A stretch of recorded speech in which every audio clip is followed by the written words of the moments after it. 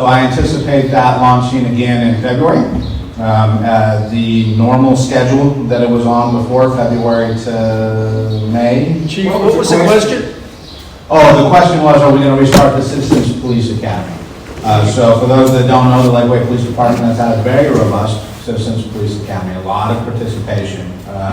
And the last academy was in 2020 and was shut down due to COVID.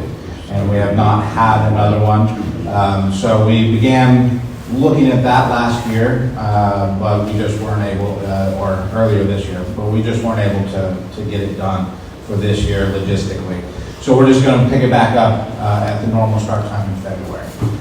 So National Night Out is coming up in October. And in October, by October, we'll have sign up ready to go, if not before. And so you can keep an eye out for that. And I'll get word to the people that outreach to me for this group to let you know. If anybody hasn't been, it's a good time. So, yeah. Anything else? Yes, sir. Last December, I was robbed of about $10,000. And by an investigating officer of the police department, said probably was in a letter that I mailed in the post office box up here with a check made out to some tree service. Probably somebody scarfed up the letter out of the mailbox, then changed the payee up the amount by $10,000 and changed it. And that's, I guess, post office department problem, but they got a problem with mailbox theft, especially in December. So we're real careful about using drop boxes in December. Unfortunately, the bank finally coughed it up. So I have noticed everywhere there's a little bit of a trend of mail theft, right? And there are seasons when you get tax returns and tax information, you tend to see an uptick in mailbox type activities. During the holiday season, obviously package theft from mailboxes, from the doorstep, stuff like that. But it comes and it goes in waves. Typically what you have is a group of people that are traveling through the area and checking. You also have some of your drug users that are looking for a quick and easy score so that they can exchange that for drugs. So it turns into identity theft issues, it turns into fraud issues. Sometimes they will take the checks and change things and cash the checks, and oftentimes they are successful. What I would tell you is, unfortunately, our local post office has had some difficulties. One, I would say, anecdotally, I would say they're not always the most reliable in their deliveries. And then two, there have been some problems. A few years ago, some internal problems, actually. And then some of the collection sites for mail around town are not the most secure. So as they change those out, they bring in newer, more secure sites, and that helps with the problem. But it is a vulnerability, yes. Isn't there a special pin that you can get where they can't change a check? That's a great question. I think the answer to that is yes, but I'm sorry, I don't have particulars on that. But I'll find out, and I'll message the group and let you know that. Yes, sir. What's the penalty for going into someone's mailbox?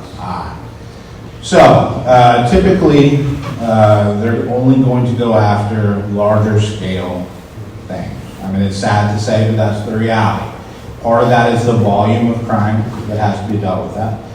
Part of that is perhaps the philosophies of some of our local prosecutors and what they choose to focus on, because the prosecutors have discretion in terms of the things that they will go after and prosecute.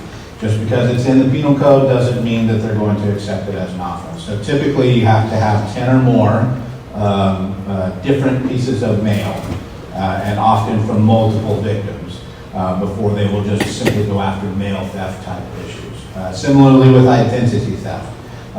Simply because they're in possession of somebody else's identifying information that would lead an officer to believe that they're engaged in identity theft activities does not guarantee that there will be a prosecution, even if we catch them red-handed. So we will certainly try and catch them and document and take the stuff away from them and send it forward for review to the prosecutor. But unless they're doing higher numbers, it's unlikely that they'll get any real attention on the first couple of events. So to me, that's the same thing like in New York with the new bail thing. You do all these crimes, you're free the next day. Yes. It must be very hard for police officers to tolerate that kind of crap. I won't lie, it does get frustrating from time to time. What I remind officers, and we have the same problem up in Washington State, this is not unique to our area, although you tend to see this sort of stuff more in certain areas. But what I tell them is we're going to do our job, and if the other guy or gal doesn't want to do theirs, that's on them. But at some point, somebody's going to ask the question, and somebody's going to be held accountable, and we want to be able to say we did our job. So we will take the report, we will arrest the individual. We may have to release them right away, but we will take action and send it forward, and then it's up to the prosecutors. And I'm not trying to bag on the prosecutors. They have a difficult job, they have a busy job, they're understaffed. They've got a lot going on, and at some point they have to make a choice, right? We'd like to think that they can prosecute every crime that comes to them. It's just not the reality. There's not enough resources to do that. So they do have to pick and choose. But sometimes it's philosophical choices on how we're going to deal with people and how we're going to rehabilitate people and discourage them from committing crimes in the future. And sometimes that works, and sometimes it does not. Am I dancing around that eloquently? Yes, sir. Is the illegal immigrant problem affecting us at all? I would say no. So we have a sizable transient population, people that come to Lakeway for work, to do all sorts of jobs in the community, and then they leave. That is typically where we'll see that population. And I would say no. Is it a problem? No. Are they here? Yes. Is it a problem? No. Other questions before I get rolling? Yes, sir. The 30-mile-an-hour speed limit, how fast can you go over that before you get a ticket? My wife wanted to know. 34. No, it used to be 34. Oh, no. So somebody posed that question to me online the other day, and they said they were told by an officer 10 over. I would say I wouldn't bet on that. So the answer is it kind of depends, and it depends for a variety of reasons. I'm a firm believer in giving officers discretion. So my philosophy is not one where I'm going to come in and say, officers, you're going to make every single stop on this issue, and when you stop them, you're going to cite them. Allow the officers an opportunity to make a choice for themselves based on the totality of the circumstances. How egregious is the violation? When is the violation? Where is the violation? All those factors. If it's in a school zone, you're probably getting a ticket, right? If it's 2 a.m. and you're rushing to the pharmacy for some reason, all right, maybe we're going to cut you some slack. So I would say you're going to start to get an officer's attention once you're over 5 miles per hour. Doesn't necessarily mean they're going to stop you, but they're going to check your speed and they're going to think about that for a second. If they've got nothing better to do, you may get stopped just to see what's going on. Right? If you're at 10 miles per hour, I would certainly hope the officer is having a conversation with you. Obviously, the higher the speed, the more likelihood you get a ticket. If we're doing traffic safety emphasis stuff, right? One of the number one demands for service from this community is traffic safety, traffic enforcement. Speeding, stop signs, red lights, I heard some discussions about it here already. That's a constant demand signal. And that's a good thing, that we're not talking about homicides and robberies and things of that nature. So I welcome this discussion, I welcome those issues, right? So we focus in hot spots. There are about 5 to 7 places that we most consistently run traffic because that's the biggest demand signal, the most traffic, the most speeding. So if we're doing a traffic emphasis, you're certainly going to get stopped at 10 miles over if an officer is present. It doesn't guarantee that you're going to get a ticket, but you're going to get stopped, or my expectation would be that you get stopped.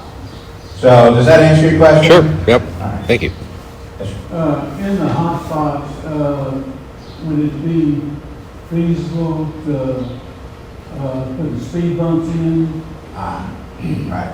So there are national standards, guidelines, recommendations that come from engineers and people that do traffic safety studies and things like that tell cities, because there's a uniform traffic code, right? And largely the traffic code is the same everywhere. Whether you're in Lakeway, Texas, or you're in Mukilteo, Washington, or some of y'all are from New York. Or if you're in New York, there are a lot of similarities in the traffic code, and that's intentional. And so there are guidelines on when to put in a stop sign and what the purpose of a stop sign is. when to put in a speed bump or hump and what the purpose of that is, when to put in a yield sign, all these different things, right? And so we try and adhere to that. We get a lot of complaints about safety because of speeding or the perception of speeding and what impact is that going to have on safety. What I would tell you is that studies have shown sometimes speed bumps and speed humps are ineffective. And they're ineffective for a couple of reasons. One is, and the same thing with stop signs, when you throw in a bunch of stop signs or you throw in a bunch of speed bumps, people feel like they have to make up time in between. They're frustrated because they have to slow down, and so they gun it when they get past that stop sign or past that speed bump, and so the speeds in between actually increase rather than decrease. So have we accomplished anything by installing that? Secondly, you look at, and the fire chief is here to visit with us as well, you look at emergency vehicle response. So a patrol car is a little bit more nimble, can get around those speed humps and bumps a little easier. It's a little tougher on the ambulance and the fire truck, or at least from my perspective. And we don't necessarily want to slow those vehicles down when they're making an emergency response. So we want to be judicious with putting those in place. They can increase noise so if you put it in front of a house to slow down speeding in a neighborhood, for example, that constant thump, thump, thump, thump, thump, thump, right? I promise you the homeowner there is not going to be too thrilled with that. So unintended consequences. We're trying to solve one problem and we unintentionally create additional problems. So I'm not a big fan of speed humps and speed bumps because it doesn't solve the problem that we're trying to solve necessarily, and it adds additional problems. And I have a slide later on in my presentation. We put some information on the city's website about neighborhood speeding and different questions that might be asked and our approach to that. And so I'll circle back and talk a little bit more about that in a minute. Yes, sir. Can you just say a few words about the U-turns on 620? Okay. Yeah, I've seen a couple lately, and I was like, is it getting worse or is it about Anything in particular you're thinking people about? U-turning and people turning right across from them and they smash into each other? Yes. So I have And traffic lights. I didn't know if that was legal or not. It is legal. Sometimes you have regulatory signs telling you no U-turn or U-turn only on a green signal, but it is legal. Whether or not that's safe is a different question, right? People are hauling on 620 and they're in a hurry to get places and they're not paying attention, and so yeah, you're taking a chance sometimes when you make that U-turn in heavy traffic, but it is lawful to do. The caveat being, you can execute that maneuver when it's safe to do so. So if you judge wrong, a collision occurs and you get a ticket because you made an unsafe turn. But it is lawful, yes. Unless there's a sign specifically saying no U-turns. And there aren't that many on 620 that I can think of off the top of my head. Have those barriers actually reduced the accidents on 620 or increased? A slight decrease.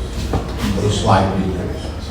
Slight. I can tell you specifics because we looked that up recently, and I passed that information along to the assistant city manager for a project he was doing some traffic studies and stuff like that. So I don't recall what the figures are off the top of my head, but there was some decrease, probably 16 to 20 total collisions decrease. So it's improvement. I personally, as a driver, find those highly annoying. But, the goal is safety, and arguably they did increase safety. So you saw more of a decrease in serious collisions. So the overall volume of collisions is similar, slight decrease, but serious injury collisions are down. And that's a good thing. So are they working? I would say yes. Are they working as well as hoped or intended? Maybe not. Are our youth having more accidents in Lakeway or about the same? Good question. I don't have that concrete data. I'd have to look that up. Anecdotally, I would say. Oh, his question was, are we seeing more collisions involving young people, youth? Anecdotally, I would say no. But that's a good question. I'll have our crime analyst take a look at that and see what the results are. Okay, yes, sir. This may not be your well, could you comment on the expansion of 620 where we stand on the schedule of when that's going to start? If it ever starts.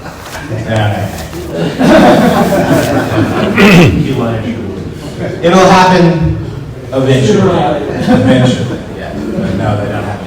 Preparations are underway and money is set aside and everyone's roughly yes, we're going to do this. They're still having conversations with property owners on 6-1 and all that. So it'll happen. I just don't know a timeline. I'm told a year or so, but I don't know if that's happening. Yes, sir. I'm anxious to hear your presentation, but one last question. Is there a place to see crime statistics? Yes, on our website. So I'll tell you what, after my presentation, I don't know if I'm going to have an internet connection on here. I would show you on our website, but if you go to our website, there is a place you can see historical statistics and current statistics. It's updated. The crime stats are updated monthly, as are the traffic stats. So it is current through June. And then when we get into August, our crime analyst will update for it in July. So yes, that's there. And I'll show you some of the stats are in my presentation. So I'll give you a snapshot and then you can go to the website and see more details. Great, thank you. Okay. So, yes, sir. Is Lakeway a destination for crime? It is not in the sense that it is a safe city. Our biggest crimes are property crimes, and I wouldn't say we have an excessive amount of those. We have crime, yes, but I wouldn't say we have a crime problem. That could change over the years with how things are being managed in the city of Austin. I see things expanding to the region. Much similar to what happened in Seattle. So again, I spent the last almost 6 years policing up in the Seattle area.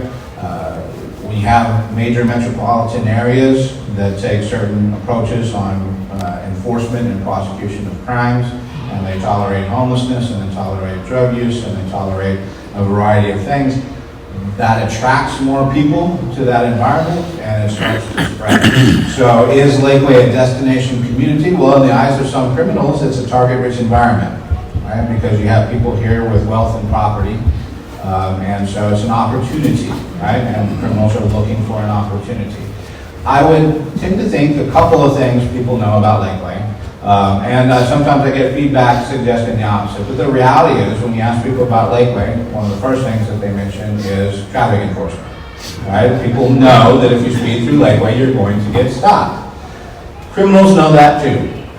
And so they're sometimes a little bit wary of coming to our city for fear of our officers are going to be out there and they're going to get stopped. They also know that we're not running call to call to call like they are in Austin. So the officers are more proactively out there looking, and there's a greater chance that they're going to get caught.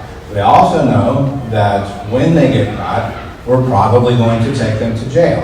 Now, to our discussion earlier, we may take them to jail, and within 90 minutes they may be released. But we're going to take them to jail. They're going to have the inconvenience of being in handcuffs in the back of the patrol car and going to jail and getting booked and all that sort of stuff. They'll be released and asked to come back at a later time to see a magistrate to talk about what they did, but that's the other end of the system, right? We're going to do our job. So currently, do we have a lot of criminals coming to Lakeway to commit crimes because it's a target-rich environment? No, but some. And I would say a lot of our theft crimes are perpetrated by people who aren't residents of Lakeway.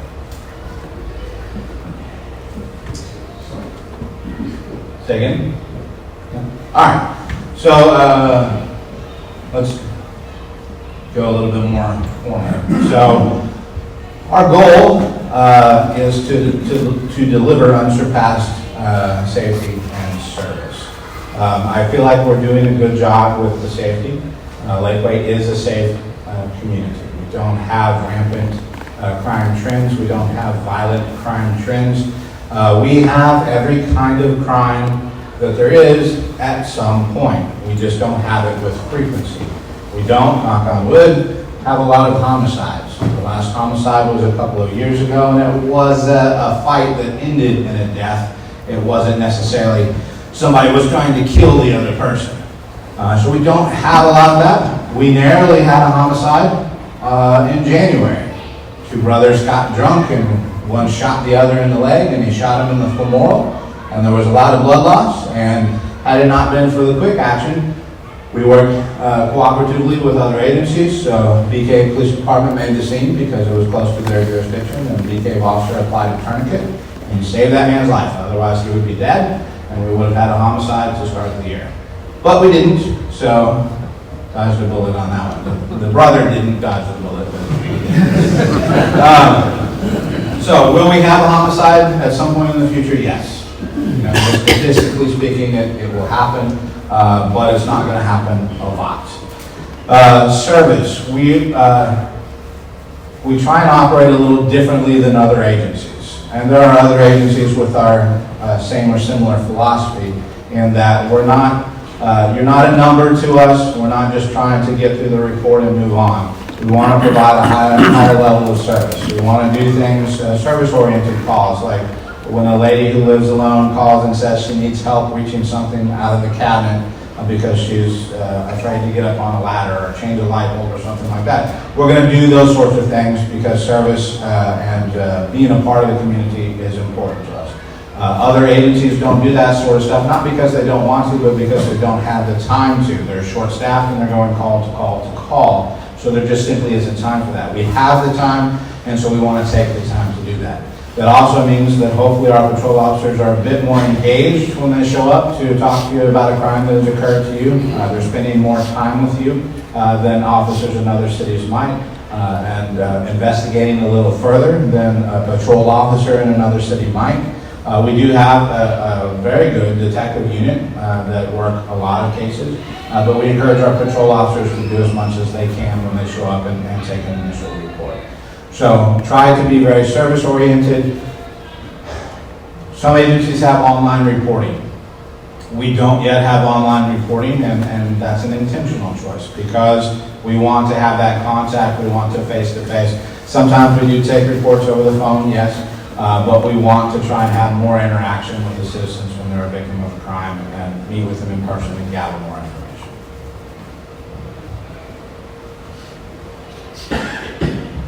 We're hoping simply to keep the community safe. What that looks like depends on what we're experiencing. As I mentioned already, largely the number one demand signal from the community is traffic safety, collisions and speeding violations and stop sign violations. And so we try and focus heavily on that. Drugs and property are the next most, and I'll get to that later. But our goal, whatever the safety issue is, that's what we're going to focus on. As I mentioned, we partner with area agencies to make our city and the surrounding area safe because there aren't any real boundaries when it comes to crime. The criminals that are doing things here are doing things in BK and doing things in the county and doing things in Austin and so on and so forth. So we work most closely with the BK Police Department and the Travis County Sheriff's Office. We get a lot of our mutual aid support from the Travis County Sheriff's Office and when it comes to specialized units like significant collisions. We will bring them or DPS in to help us do collision reconstruction. If we have a critical incident that involves the need for a tactical unit, we will often use TCSO SWAT. If we have an incident on the water, we're probably going to bring in the Travis County Sheriff's Office because they have some marine resources. In terms of just call to call, oftentimes it's the BK Police Department who backs us up or vice versa, and the county as well. A number of times you'll see that we are handling calls for the county because they're understaffed and they're running call to call. And so they will call us and say, hey, can you go over here to this area just outside the city and assist us in handling this call? And we do. So I've hit on this a little bit, but these are the things that patrol officers should be focused on when they're out there on call. So preventative patrol. What that means is the officer doesn't have an active call and they're driving around and they're looking for something to do. So what is it that they're looking to do? Well, it's probably going to be related to traffic safety. It's probably going to be related to burglary and theft prevention. We have a lot of disturbances, verbal arguments, minor physical arguments, those sorts of things. Incident investigation, when we actually have a crime that has occurred, the officers or the first responders will take that. And then community engagement. It is important to us, as I mentioned already, to be part of the community. Now, most of our officers do not live in the Lakeway community, and so we do our engagement through community events or simply just stopping and talking to people when an officer has an opportunity. So our top crime trends thus far in 2022, drug violations is leading the way. So our officers have been pretty active on traffic stops, and a lot of times we're finding drugs on traffic stops. Marijuana seems to be the number one drug that we encounter the most, and the officers come up to the car and they smell the marijuana, and we go from there. But we are seeing small amounts of harder drugs, methamphetamine, cocaine, fentanyl, things of that nature. So it's out there, but I wouldn't say that, does Lakeway have a significant drug problem? I would say no, but it is out there in our community. It's out there in our roadways. We're not making a lot of calls in houses where people are overdosing on narcotics, but we do have that. We had that over the weekend. Somebody overdosed. They didn't die, but they did have a medical issue. So drugs are leading the way right now. Theft, that's pretty common, right? That could be anything from shoplifting to somebody taking something out of your car. You see BOVs, burglaries of vehicles, are on there. We don't have a particular wave or trend on that. That's always a fairly steady number. So what you're not seeing is the violent crimes. We do have them. We do have violent assaults. We do have robberies occasionally. Like I mentioned, the shooting, but we don't have that with any statistics. So when you look at the total calls for service, of course, COVID, things really slowed down a little bit. Right now, we're on pace for about 17,000 calls for service this year. Not an overwhelming number, but it gives us stuff to do.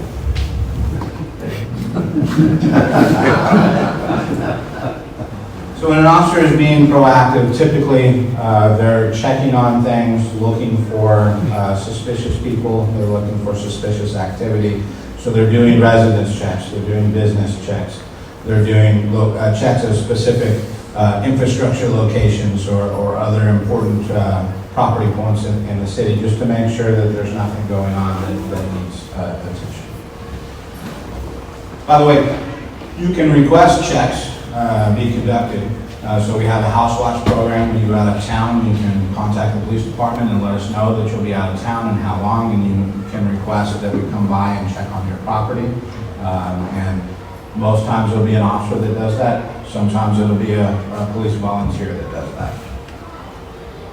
Do you just drive by or do you just check the doors? Or Both. It depends, one, on your ask. What are you asking for specifically? And then two, it depends on what else is going on. So the lowest level is we'll just simply drive by and show a visible presence in the area. But we will get out of the car and walk the property and check on things. That's a service that we provide as well. Yes, sir. We've had recently a young man knock on the door 2 or 3 times over a period of 4 or 5 weeks. Said he's with a pest control service and wants an opportunity to get out of business. Right. Each time we tell him, no, we're happy to speak to you. What should you do? Should you report something Yes. like that, or what should you do? Yes, so solicitors are required to have a permit to do that sort of stuff in Lakeway. And so by reporting that gives us an opportunity to make contact with them and educate them on the process and send them to the City Hall where they can meet with representatives from BDS, Building Development Services, to talk about the permit process. So yes, reporting it is helpful to us so that we're aware that there's a problem and we can work with BDS to solve that problem. So we report that to 311 for the police? Yes, yeah, non-emergency number is perfect. That's ideal. Sometimes we'll get stuff online, Facebook or other online mechanisms, and that's useful information to a degree, but the problem is it doesn't allow us to respond in a timely fashion. If somebody sends that message, it could be a day or more before we read it, and then we're not going to be able to make contact with that person. So making the phone call is the best way to go. And I think of a call earlier this week where officers made contact with somebody that was solicited. So. Are they required to carry the permit? That's my understanding. Yes, Don't quote me on that. I haven't looked at that particular code myself, but that's my understanding. Does 311 go into your office here in Lakeway? A central. So Lakeway Dispatch, yeah, so when you call the non-emergency number, it goes direct to Lakeway Dispatch. Well, I should say, depending on the cell tower it hits, you could end up with Travis County Dispatch, but it's supposed to go. All right, collisions. We're on pace for a slightly higher collision total this year than we have had in the past couple of years, but only marginally. You see, we had a spike a few years back, but more or less it's kind of a steady line. So recently I had our crime analysts take a look at what are the top 5 hot spots. Something may jump out at you, some commonality here. So 620 is where we're seeing the majority of our collisions, one of those intersections. So like John talked about earlier, yeah, we do see people make some crazy maneuvers crossing over 620, and yes, running of the red lights is an issue. And so we're aware of that, and I pass this information along to our patrol lieutenant to have a conversation with our patrol team so that we can do a little bit more emphasis in these particular areas to see if we can have an impact and drive collisions down. So we are making an effort to be responsive to this. We're not going to be able to control everybody's driving behavior, and certainly the city is looking at it. I think it was you, sir, that asked about the traffic calming devices, those high pumps. So certainly other departments in the city and with the state are looking at traffic safety issues and what adjustments can be made. When 620 expands, I would expect to see some of your ability to turn on 620 is going to go away, and you're only going to be able to do it at certain points. And maybe, that will increase frustrations a little bit, but may also drive down collisions.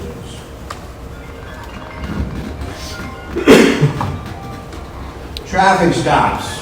Again, it's all about traffic stops, speeding, stop sign violations, things of that nature. So we are on pace probably to eclipse last year's totals. I tend to think we'll get to 10,000 stops this year. So January, February, unfortunately we had a COVID outbreak in the police department, so we had just constantly people out with COVID, so that impacted our stats a little bit.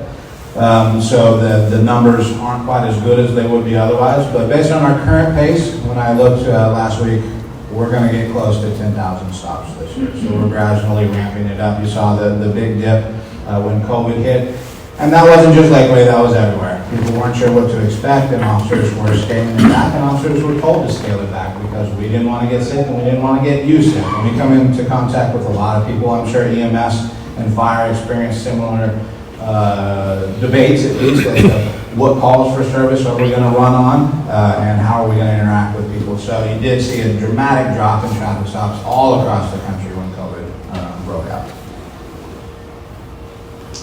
So I mentioned this earlier. If you go to the city's website, and you are on the homepage for the city's website, up at the top, there's a ribbon up there, and one of the links says community. If you click on that, you see an option for the neighborhood speeding tab, and you go in there and it talks a little bit about our approach to neighborhood speeding, and when a complaint comes in, how do we do that? And that's probably too small for you to see, so I'll elaborate. So when we get a call and they say, hey, we have a problem with speeding, for example, or stop sign violations in my neighborhood, will you help us out? So the first thing that we're going to do is begin routine patrols on that particular street. Without that information, our officers are going to do random patrol, and they're going to focus on different areas every day. We try not to be too systematic, and then they're going to focus on known hotspots. I mentioned that we have those 5 to 7 locations that we most often work traffic. So if you don't give us the input, we're not going to adjust that pattern, and we'll only get to your street randomly. With the input, we'll make more of a concerted effort to go through your neighborhood and be a visible presence. The next tier of our approach would be to schedule specific times. So when you send us feedback, whether it's through a phone call or an email or you fill out the form on the website, it's helpful to us if you say what time the issues are occurring. Is it only in the morning? Is it rush hour traffic in the evening? Is it all day long? It's helpful to us to know when to be there so that we can have the greatest impact. so that the most people see us and we can meet some of the people that are doing these violations. We do have radar signs and radar monitoring devices, and we will deploy those. So that would be the next step. If it's a consistent problem and we're not able to solve it with minor adjustments in our presence, we'll put out the radar signs. Now, sometimes people like to see how high will the sign go, right? So you could see some one-offs where speeding is increasing because of that, but we have ways around that as well. And so in conjunction with the radar sign, we might deploy a patrol officer too, and so they don't just think it's a hollow mechanism just to inform them. There could be a police officer further down the road waiting to pull them over if they make that violation. I talked about our traffic safety emphasis. That's when, for typically a week at a time, we tell every patrol officer we want you to heavily focus on traffic enforcement in this area. And we might tell them a particular violation to look for, but they're not restricted to that. They can do any violation. And we tend to publicize those on our social media profile and say, hey, next week on Serene Hills, we just did Serene Hills. On Serene Hills, we're going to be focusing on traffic enforcement for speeding violations, DOA. Ultimately, what we want is voluntary compliance. We just want people to follow the law and be safe, right? We don't have to give you a ticket to accomplish that, hopefully. If we can't accomplish that through education, then you'll get a ticket, and hopefully that will motivate you to modify behavior. We work with the Public Works Department to do studies of traffic, and so they have speed tubes that they'll put out and gather traffic flow and speed data for us. That helps us determine what are the peak speeding times and what are the top speeds and what are the average speeds and things like that. So when it comes to speed limits and what the speed limit is set at, that's often a comment that we get. We have a speeding problem in our neighborhood. People are going over 30 miles per hour. We would like you to lower the speed limit. Right? Well, it doesn't work that way. Back to the recommendations from a national level on uniformity with how things are applied. And through the state code, speeds on streets are set at a particular speed by default by state law. And to adjust those, you need a traffic study. And so we can do those traffic studies, but sometimes those traffic studies come back and suggest that the speed limit is too slow. And we need to increase it because 85% of the traffic is traveling at this speed. And so that is the speed that is appropriate for the speed limit to be set at. And so I hate to tell you this, but when you call and say, we have a speeding problem, lower the speed limit, do a traffic study, and we say, okay, and we come back and say, congratulations, it's now 35 miles per hour instead of 30. Have we solved speeding? Yes. Right? Because now they're not violating the law. Right? They're going the speed limit now. So it's a balance, right? Are we ever going to completely stop speeding through your neighborhood? No, not until we get to the days where all the cars are controlled by a computer and the government is setting the speed for you, right? That day, then we won't have speeding problems. But until then, yes, people are going to occasionally speed through your neighborhood, and we will sometimes catch them. Yes, sir. Is there an ordinance for noise level for passenger vehicles? You know? Yes. Is it enforceable? It's problematic. And that's not unique to Lakeway. Noise ordinances across the country are problematic to enforce and are often overturned as being unconstitutionally vague, right? So typically you see generic terms in there about noise causing a disruption and stuff like that. That's not specific enough for a prosecution, and so we have problems with that. You'll see stipulations about distance, and decibel levels. Well, in order to enforce on decibel levels, we have to be able to determine what the decibels are. We don't have, at this moment, people that are trained to take decibel readings. So we can't enforce in that mechanism. We're talking about that as a city and what we want our approach to be, but there are problems. And when you set it at a particular decibel level, well, the reality is ambient noise from traffic and other things around you is actually at a much higher decibel level than you think. And so this particular noise that somebody's complaining about, it may not be outside a reasonable range. Then there's time restrictions, right? You can make more noise during the day than you can at night. And so after 10 p.m. typically use the ordinances that have a reduced threshold for the decibel level. We will show up and we will talk to people, we often do. We get a lot of noise complaints. Loud music, loud TV, loud talking, screaming, yelling, all that sort of stuff. So we'll show up and we'll have a conversation, and most of the time that solves the problem. Not always. Sometimes, unfortunately, people devolve into passive-aggressive behavior. And, they torment each other in various ways. So it's not clear-cut. It's a problem. We don't have a lock-solid noise ordinance here in Lakeway. We're not working on it. Does that answer your question? Yeah, you do enforce engine braking requirements, right? Down some of the hills, engine braking allowed? I wouldn't say that that's a big emphasis for us, to be honest. No, I was thinking off the top of my head, I cannot recall seeing us issue a violation for that. Is there a particular problem for you? The hot rodders were going down Yes. 628. Yes, okay. So yes, I have heard that information before. We do periodically meet those people. What I have discovered is sometimes it's taking place in Lakeway, and sometimes it's not. The noise actually travels quite some distance. So sometimes it's in BK, sometimes it's in the county, and you can just hear them because under the right environmental conditions, that noise travels quite a bit. So they like to get in the parking lot near the high five and do stuff back there. They like some of our roadways are raceways, right, or can be. And so yes, it is a problem, and we do try and respond to that. We've noticed some particular patterns, and so we try and have officers deploy to kind of head that off, so when they show up, there's an officer already there, and they go somewhere else like BK. Other questions? All right. So there's a form that you can submit when you go to that, again, the city homepage. At the top, there's a ribbon that says community. Click on that. Go to neighborhood speeding. And then inside the neighborhood speeding tab, you click on the link, and it brings up the citizen feedback form.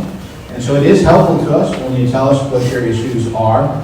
If you tell us through this form, it's helpful to us because we can track that and forward it on to people to take action. And we know who to contact. Sometimes we get anonymous messages or voicemails, or Facebook posts or different things like that. And it's information, but it's not as effective as it could be. So if it is a problem for you, go here, fill it out. It'll make multiple departments aware, Public Works, Police Department, others. It'll make the Assistant City Manager aware. And collectively, we're talking about and trying to solve some of these issues. Or at least mitigate, if not solve them. So arrests, we're on average, I think we're probably going to go over 300 custodial arrests this year. We're doing a lot of warrant arrests.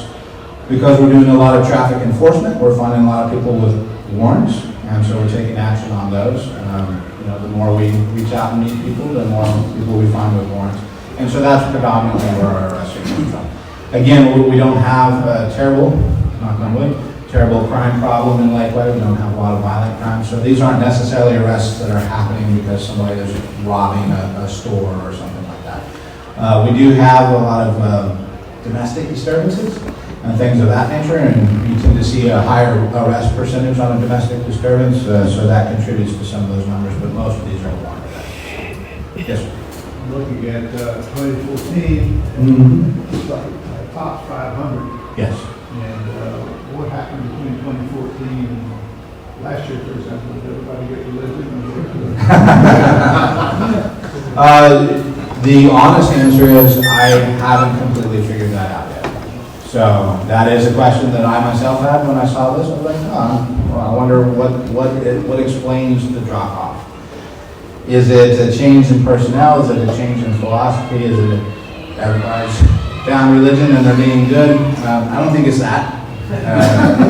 Maybe to a degree, but I don't think it's that. So I'm still examining that issue. This 3 years, 14, 15, 16. Yes. Yes, sir. Are you still doing the warrant roundup? Not actively, no. Oh, that's an excellent observation, yeah. So we did have a city marshal at one point, and I think that may be around the time the city marshal program was suspended. So you had an officer that was working directly for the court, and that officer was tasked with going out and making contact with people who had Lakeway warrants. And so that, excellent observation, that probably drives that number. And when that program ended, it's not that we're not still contacting people, we just don't have somebody dedicated specifically going door to door to reach these people. And it's an interesting point. Things have evolved. Things have continued to evolve. So regionally, the criminal justice system is taking a different approach. And part of that approach is people are being released on personal bond, personal recognizance, right? So Class C warrants, like you will see out of the Lakeway Municipal Court, they are not currently going to jail the first time that we contact them. The reason for that is we take them down there, we book them in, and they're walking out with us as the officer leaves, right? Maybe not quite that quick, but they're not being held. And there are a variety of factors behind that, but that's the reality of the situation. So currently we have a 3-strike system when it comes to Class C Lakeway warrants. On our first contact, we say, hey, you have a warrant, here's a pamphlet, call this number, contact the court, and take care of your warrant. Second time we contact them, hey, we told you, we're serious about this. You need to contact the court, you have 72 hours, reach out to the court, take care of the warrant. Third time we contact them, they're going to jail. At that point in time, I actually worked with the court. Oh, okay. I went through and called everybody in their files, says, starting tomorrow, you may be arrested. So, Yes. we went to the stacks, so a lot of people showed up.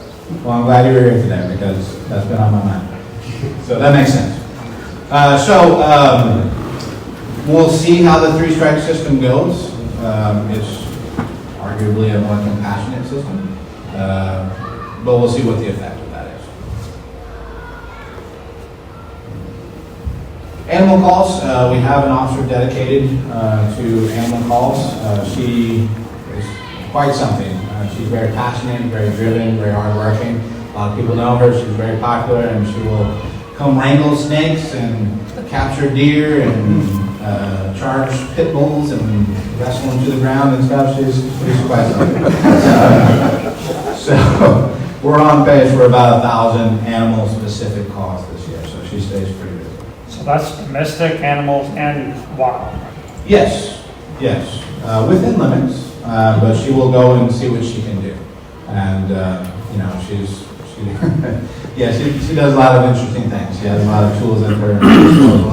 And she's a area resource. She doesn't just work Lakeway, but she'll go into other jurisdictions to help out too. Very, very passionate about what she does. So this is a snapshot of the department. We have 51 total employees. 35 of those, including myself, are commissioned, and we fill a variety of different roles. And then we have some civilian support personnel that assist us. We do have our own dispatch center, and I'll get to that in a moment. So patrol, as you probably assume, but not everybody knows, 24/7, 365. We never take a day off. We always have somebody on patrol ready to respond when you call 911 or make a non-emergency call, or they're out there patrolling. Even during the big ice storm in February 2021, we had officers here. Now, I can't tell you that they were out 24/7 on the streets, but they were here and they were ready to respond. Right? So it doesn't matter what's happening. We always have somebody on patrol. We do have currently 2 motorcycle officers, looking to expand that in the future. But currently 2 motorcycle officers, and they specifically focus on the speeding and stop sign and red light violations, traffic violations, right? They are more nimble and harder for people to see, so they get a lot of business. Some of y'all may have met Officer Morse, one of our traffic officers. You're going to get a ticket, right? So to your question, if Officer Morse pulls you over, you're going to get a ticket. So be on the lookout. We do have a canine unit. Reno is our canine company. Reno is a narcotics dog, not a tracking dog, not a rescue dog, not a patrol dog, not an explosive dog, only narcotics. Right? And so we are making some adjustments to make Reno and his partner, Officer Shooter, more of a regional resource. so that we can work with the county and their canine team to kind of combat narcotics in the area. Why only narcotics? There's really, for us at our level, there's not a large need for explosives. There are some regional resources that can cover that should there be a need. The other function that you typically see is a patrol dog or a bite dog, apprehension dog, meaning that somebody runs from you and you sick the dog on them, right? So over the years, our philosophies on that have evolved. It is a use of force and it's considered a higher level use of force. And so we don't deploy a dog on low level crimes. Typically, you're only deploying a dog on a felony level crime and certain felony level crimes at that. We don't have a lot of that here in the city of Lakeway, so there's not a high need for that, for us to have that. The county does have that capacity, and we would rely upon them if there were a need for that. So search and rescue is another capacity, a tracking dog. Again, we just don't have a large enough demand signal for that. We do have trail systems. We do have people that get lost in the trail systems. But we have other mechanisms for helping with that beyond a canine. So for buck, the biggest value for a canine program for us is narcotics. Yes, sir. Do you use the canine team to randomly go through the schools? So in the past, yes. When ISD Police Department took over, we scaled that back. Recently, they reached out to us and they want to revive that. They don't have a narcotics dog of their own, and so they want to partner with us. And so starting this school year, yes, we will be over there more consistently with our canines, working with their police officers to do random walkthroughs of the school. Yeah. But that can be a delicate issue sometimes, and so we want to be sensitive to that. Yes, sir. When we provide service for other agencies, do we get compensated for that? Is there a billing procedure that we get back for? No, because we know we're going to need their help, right? We're not large enough to sustain all of our operations just with our personnel. And so it's very much a give and take, and we don't get billed for those services. Some services we might get billed for, right? If there's a large SWAT operation and they break stuff, which is what SWAT does, the city's going to pay the bill on that, right? So yeah, there will be some expense incurred when we activate certain resources, but by and large, it's a regional approach, give and take. If you need help, call us, and we'll call you, that sort of thing. Which is how I prefer it. Yes, sir. Chief, I've always read that professional thieves look for quick egress to get away. Lakeway is very unique, in my opinion, that we have only 2 or 3 ways to get predicting.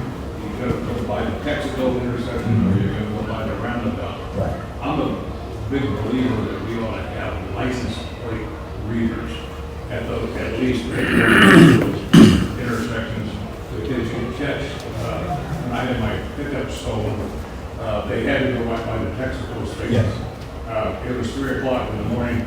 How many perps go by the Texaco station at 3 o'clock in the morning?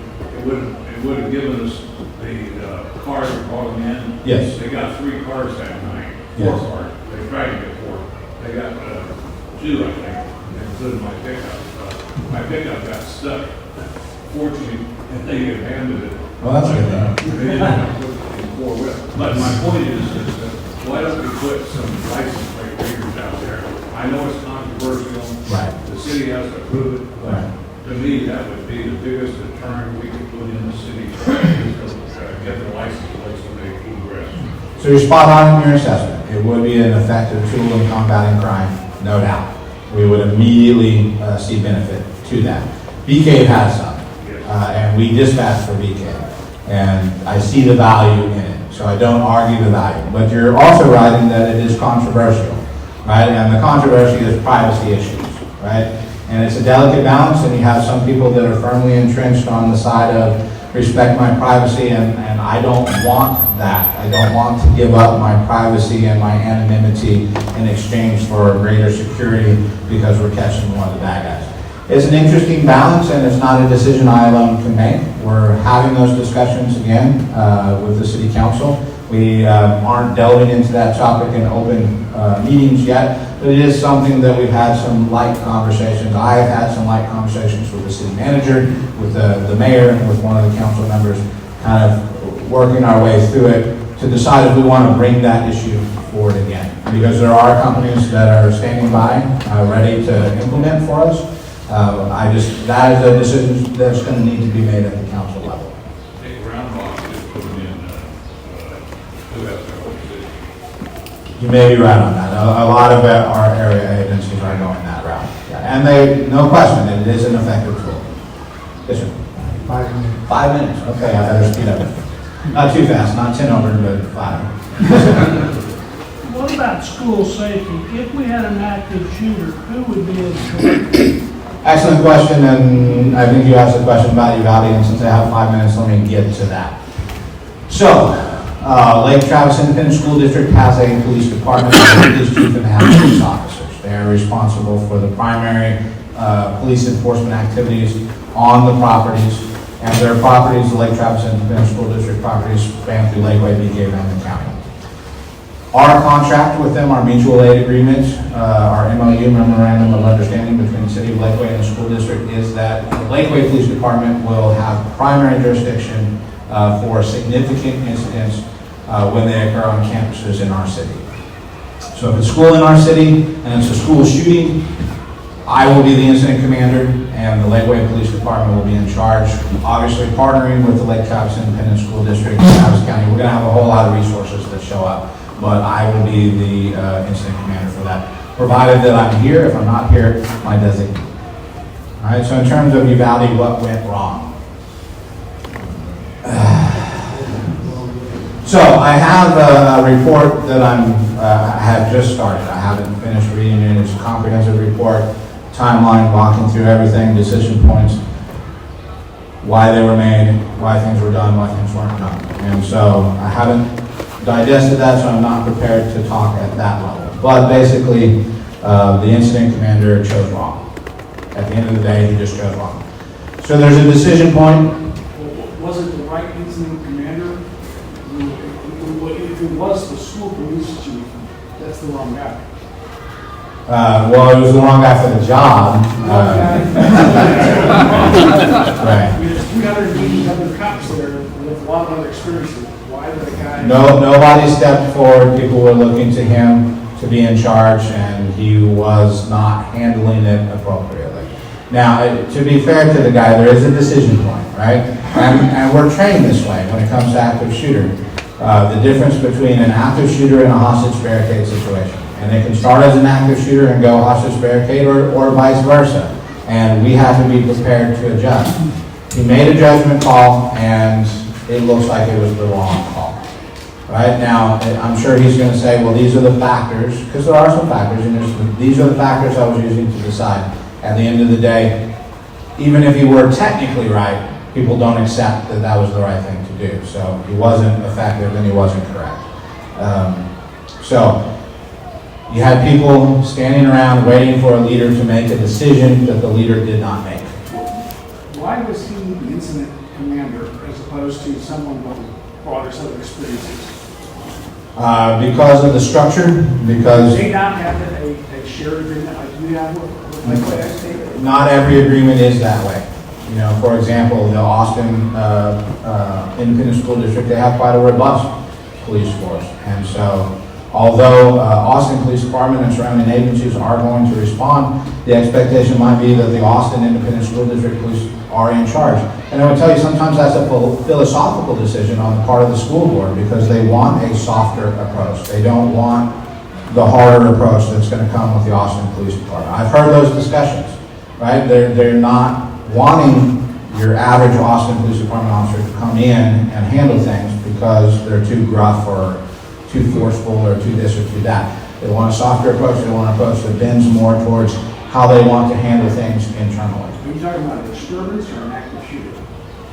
All of the above, right? So these are discussions that are going on, and so sometimes there is not that clarity, right? That somebody's got to step forward and say, I'm in charge, and I don't care what you have to say right now, this is what we're doing. That didn't happen. They waited on resources that ultimately they probably didn't need to solve that problem. They put the safety of officers ahead of the safety of those kids. They chose poorly. I have not met another officer that agrees with what happened. Now, I wasn't there.